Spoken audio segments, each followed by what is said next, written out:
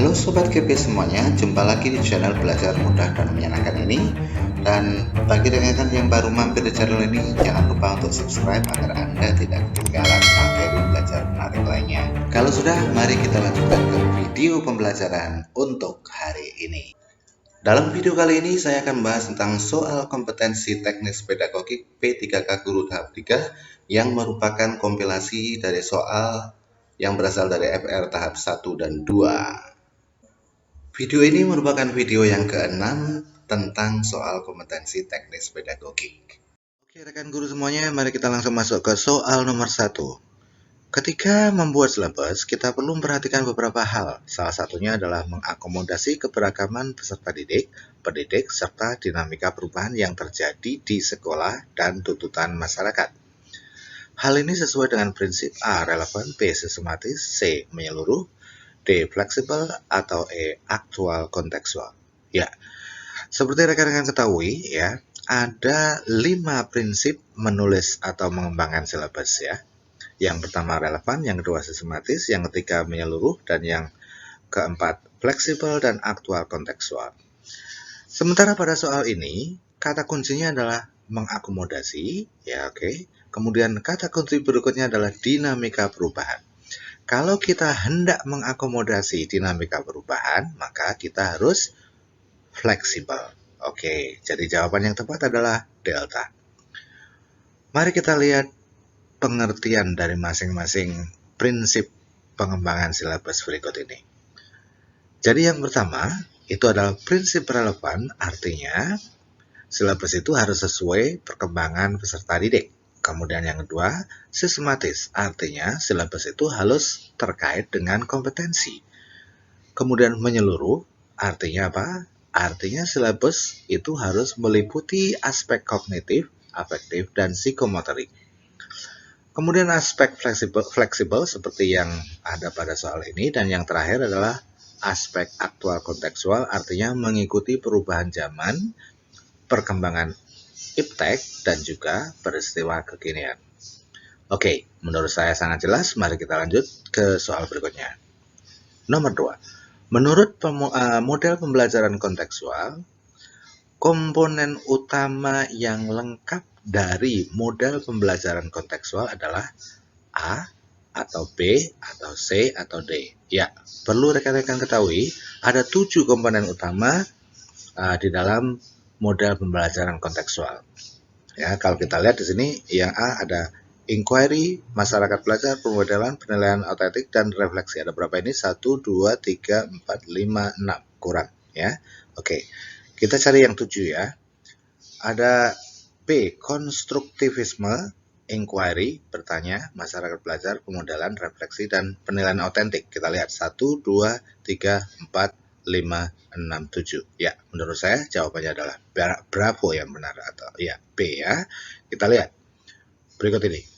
Jadi, pendekatan kontekstual itu melibatkan 7 komponen utama pembelajaran. Yang pertama adalah konstruktivisme, yang kedua bertanya, yang ketiga menemukan atau inquiry, yang keempat masyarakat belajar atau community learning ya, oke. Kemudian pemodelan, kemudian refleksi, dan yang terakhir adalah penilaian otentik. Oke rekan-rekan, soal berikutnya. Nomor 3. Menggunakan potongan sapu lidi, kelereng, global, gambar-gambar yang menyangkut pembelajaran IPA serta IPS sebagai media adalah sesuai dengan tahapan perkembangan berpikir anak yang dikenal sebagai tahapan A. Operasional konkret, B. Sensomotor, D. Dominasi pengamatan bersifat egosentris, atau D. Kemampuan mengoperasikan kaidah logika yang tidak terkait lagi dengan objek yang bersifat konkret.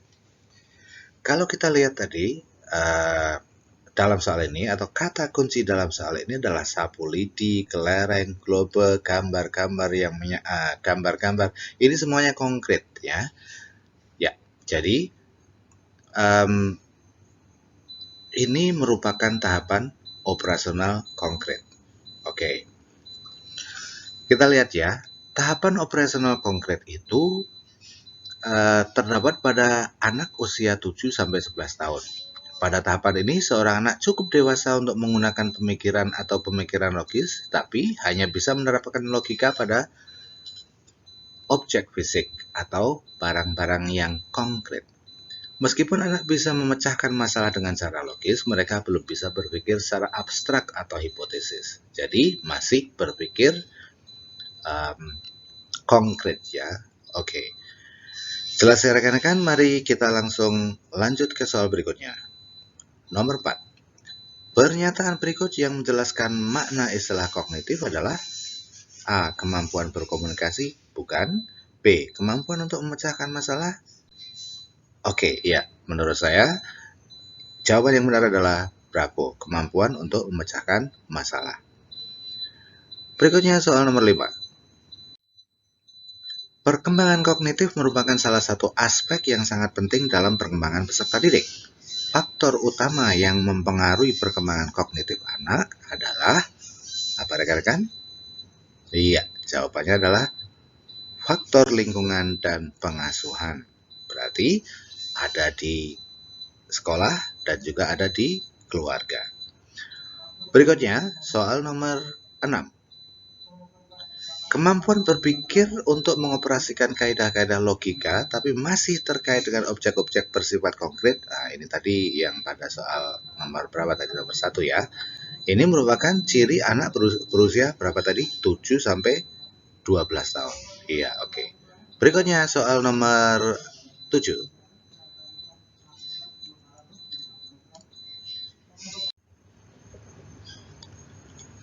Kemampuan peserta didik untuk membina hubungan dan kemampuan memotivasi diri termasuk dalam kecerdasan kognitif A, B. Sosial, C. Emosional, atau D. Moral. Kecerdasan apa rekan-rekan? Kecerdasan emosional. Oke. Berikutnya nomor 8. Seorang peserta mampu mengendalikan diri dengan baik dalam berbagai situasi dan mampu menjalin kerjasama yang baik dengan teman-temannya. Maksudnya peserta didik di sini ya rekan-rekan. Dan mampu memposisikan diri di lingkungan dengan baik. Peserta didik tersebut memiliki kecerdasan apa? Moral, spiritual, sosial, emosional, atau kognitif. Ya. Kata kuncinya apa ini? Ya, mengendalikan diri, berarti emosional. Ya, oke. Kemudian mampu menjalin kerjasama yang baik dengan teman-temannya, berarti sosial. Jawaban yang tepat adalah Charlie, sosial emosional. Berikutnya soal nomor 9. Seorang peserta didik selalu ingin mendominasi dalam suatu kelompok belajar. Dia tidak memberi kesempatan anggota lain untuk mengemukakan pendapat. Jika teman lain yang memimpin dan mengendalikan jalannya diskusi, ia memisahkan diri dan cenderung belajar sendiri. Peserta didik seperti ini mengalami permasalahan dalam perkembangan menurut rekan-rekan. Apa itu? Iya, sosial emosional. Ya. Soal nomor 10. Individu memandang apa yang diharapkan oleh keluarga, kelompok, masyarakat, dan bangsa, serta setia mendukung aturan sosial, bukan hanya untuk ketenangan tapi disadari sebagai sesuatu yang berharga. Pernyataan tersebut merupakan tahapan perkembangan moral. Menurut rekan-rekan, ini paling tinggi ya, berarti pasca konvensional. Oke, kalian rekan-rekan bisa cek ya, apa itu prakonvensional, konvensional, pasca konvensional, dan tidak ada ya interkonvensional ya. Oke. Berikutnya nomor 11. Oh, sebelum kita lanjut ke nomor 11, kita lihat ini ya. Penalaran pasca konvensional adalah tingkatan yang tertinggi dalam teori Lawrence Kohlberg ya. Anak atau remaja menyadari adanya jalur moral alternatif. Mau mengeksplorasi pilihan ini, kemudian memutuskan berdasarkan kode moral personal anak tersebut. Anak atau remaja menganggap nilai, hak, dan prinsip lebih utama daripada hukum. Nah, ini pada penalaran tingkat pasca konvensional. Kita lanjut ke soal nomor 11. Memaksimalkan kegiatan ekstrakurikuler, melakukan rekreasi dengan guru, dan melakukan kegiatan informal lainnya, maksudnya non-formal lainnya ya, informal ya, memiliki fungsi untuk mengatasi kesulitan belajar dalam hal, rekan-rekan, mengemukakan gagasan, mengaktualisasikan diri, menciptakan hubungan yang baik, atau menformulasikan tindakan. Ini kegiatan ekstrakurikuler. Kemudian rekreasi dengan guru ya, kata kuncinya ya. Kegiatan ekstrakurikuler, rekreasi dengan guru. Menurut rekan-rekan? Iya, ini adalah untuk menciptakan hubungan yang baik antara guru dan siswa, siswa dan siswa, dan lain sebagainya. Oke, jawaban yang tepat adalah Charlie. Soal berikutnya nomor 12. Seorang peserta didik mampu mendengarkan informasi yang disampaikan oleh guru, tetapi pada saat ditanya ia tidak mengerti apa yang ia dengar. Peserta didik tersebut mengalami kesulitan atau gangguan belajar dalam hal kesulitan atau gangguan simbolik. Oke. Soal nomor 13. Tindakan yang paling tepat dilakukan pada saat siswa mengalami kesulitan memahami pelajaran yang sedang diajarkan adalah menurut rekan-rekan apa yang harus saya lakukan? Ya, membantu setiap siswa yang mengalami kesulitan.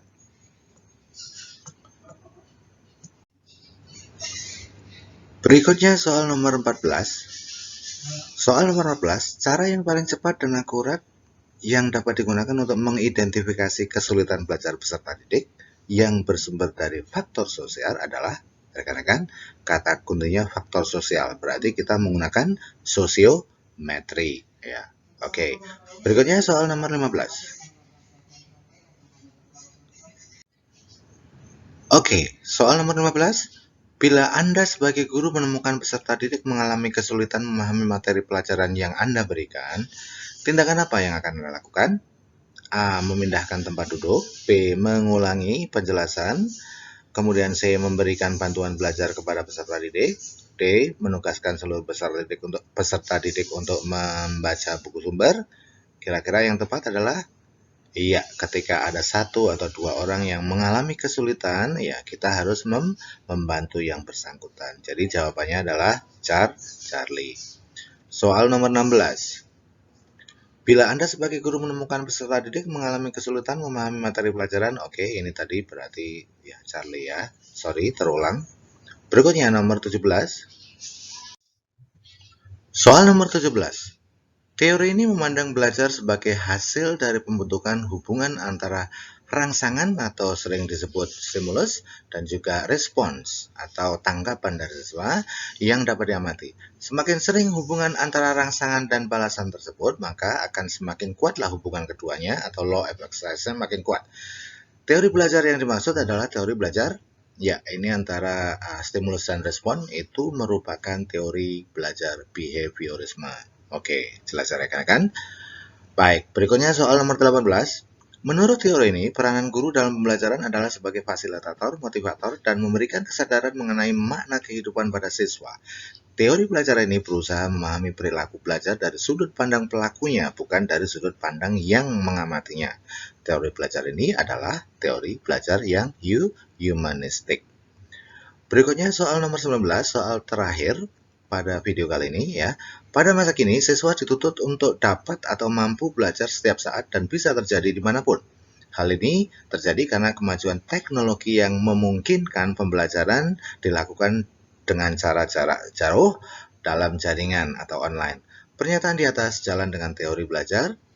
Iya, rekan-rekan, sibernetik. Oke, rekan-rekan. Semoga bermanfaat video kali ini ya.